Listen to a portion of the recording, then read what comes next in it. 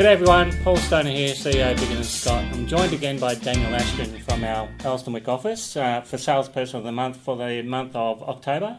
Thank you, Paul. Congratulations. Thank you.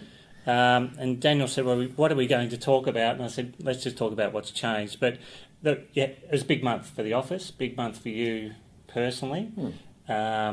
But we're seeing that the climate has changed a little bit between October and we're now mid-November. So I wanted to talk a bit and for you to get out to the young guys watching what you've picked up on, what you're doing a little bit extra. Sure. Because you pick up on it pretty quickly. You can feel a feeling. Yeah, you can feel it. You can feel change. Yeah. The market that we've been in and gotten used to for so long seems to be changing, so we have to become, as I said to you before, real estate agents again, I think, rather than just put the property online and then turn up for the inspections and 30 groups turn up and walk through and everyone's climbing over each other to make an offer or bid for the property, and you're kind of thinking, well, this is all right, I look like a superstar. Yeah, it's all right. But it feels like it's cooled a little bit. Yeah. There are still buyers out there, but they're a little more considered in what they're doing. They're not necessarily turning up to the auction with the view of, okay, I'm just going to go for it like a bull at a gate and make us look really good. We're having to work for our fee, and a lot of the properties that have transacted over the last month, or even a little longer than that, a month to 2 months, have been either a one bidder scenario with negotiation afterwards, or lackluster bidding, not getting to the reserve, and then having to be negotiated afterwards. So it's interesting, isn't it? You still got, in some cases, multiple buyers there, but they're not in that situation where they're prepared to pay overs anymore. They just... They're doing a lot of watching, sitting back. A bit conservative. Yeah, they don't feel the need to, to just jump out and go for it.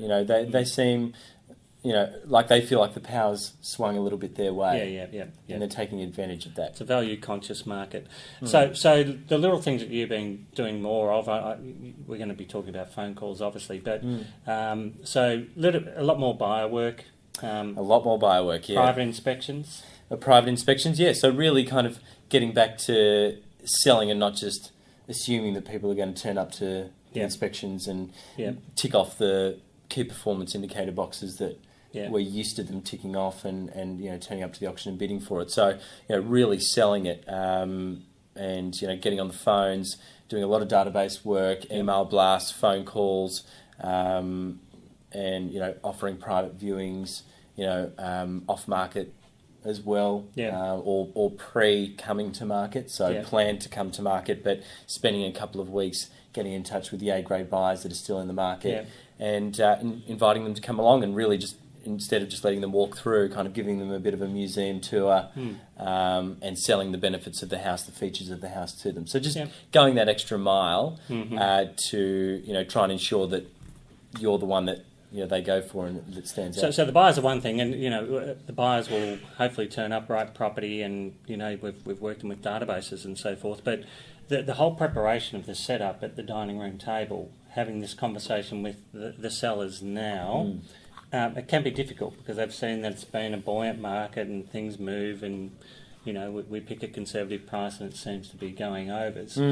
That it's a fairly lengthy conversation, and especially with some competitors just still at overs, trying to get their attention. Is that everything's taking a little bit longer, I'm assuming? Yeah. You have to have that conversation with them up front that if a good number comes in, particularly if it comes in early, not to treat it with perhaps the contempt that they were treating it with before, where it was kind of like, oh, that's good, keep working, oh, if we can get that now, we'll get more later. Yes. And I think that's a common misconception with vendors, particularly when the market does turn a little bit like it is now. So, really kind of pre-positioning that, if something good does come in, and again, if we're doing that database work and we get one of those A-grade buyers through, don't think that that's the first buyer through your property. Yeah.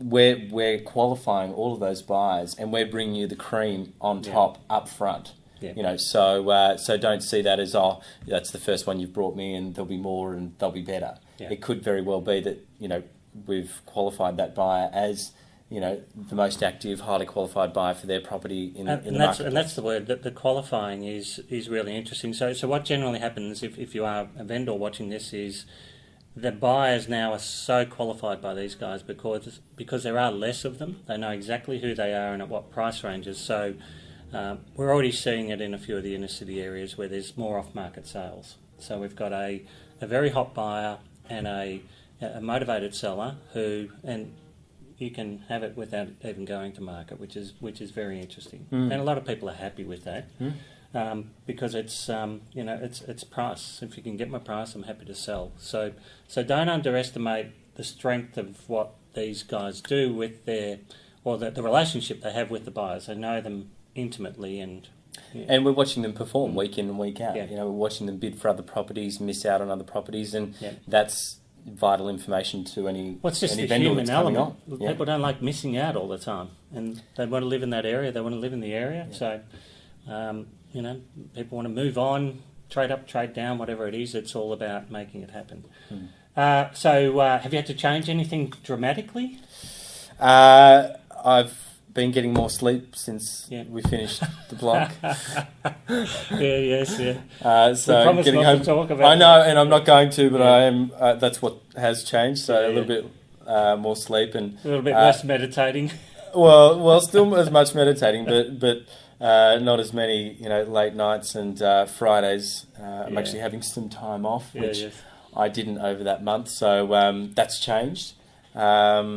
But yeah, really, in terms of inside of the business, still doing all the things that you need to do to work that pipeline. But more so, the real change has been the buyer work. So myself, my assistant, Nick, we're doing a lot of database work. And networking these buyers through not only our files but also other agents' files in the office as well. So how are you looking stock-wise coming into middle of November? There's 5 weeks really left until Christmas. So December for me is kind of a bit of a wind down. I mean, there was a couple of things that have been deferred to next year, which I was hoping would come on. So I'll probably have a bit of a quiet end to the year, which it's amazing how it triggers you into relaxing a bit, isn't it? Where you think, I'm not sure which one I'm going to chase now if that goes to next year. Look, I mean, but having said that, I mean, we've listed some really good stock for February already. Yeah, good. So I've got some really nice houses that'll come on. Again, things that we're thinking, will potentially coming on for the end of this year, but have deferred to February.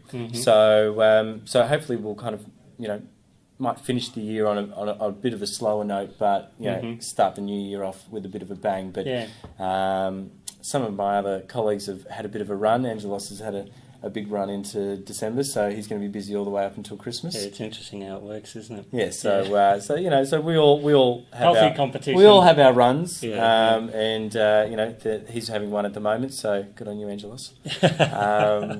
So we're in this market now for any of the guys watching. It is a market where you are going to have to work harder. Now the harder is making sure that you touch all those touch points that we always talk about. It's the database has got to be touched regularly and called when they're supposed to be called, and the buyer work it's a daily thing to update people on what's happened today, because this market can go either way and you need to be on top of communication. Yeah, and again, the buyer work is essential in this market, because you will find yourself constantly passing properties in and not getting the interest that you expected to get if you have expectations of the previous market and just doing what you were doing before. You must do more. Must do more. Congratulations, another great month. Thank you. you. In a row. Thank you. You're warming up, are you? For the awards next it's year? not going to happen for December, I don't think. But but we should look. It's been a good year for me, and as much as I would have liked to have had a good run all the way up to December, I'll take the break if I'm going to have one, and I'm going away for a nice holiday over Christmas. Fantastic. And then I'll be back and recharged and ready to go for 2018. Well, it's a very demanding market that you're working in, and it's a changing market. It's becoming more and more affluent, which is we call it black belt real estate. And it's there's some pressure there. There's some major pressure. There is, yeah. People with high expectations, high emotions, and it's not for the faint at heart, that's for sure. Congratulations, mate. Thanks again. I'll see you at the Christmas party. Look forward to it. Thanks for watching, everyone. Thanks, guys.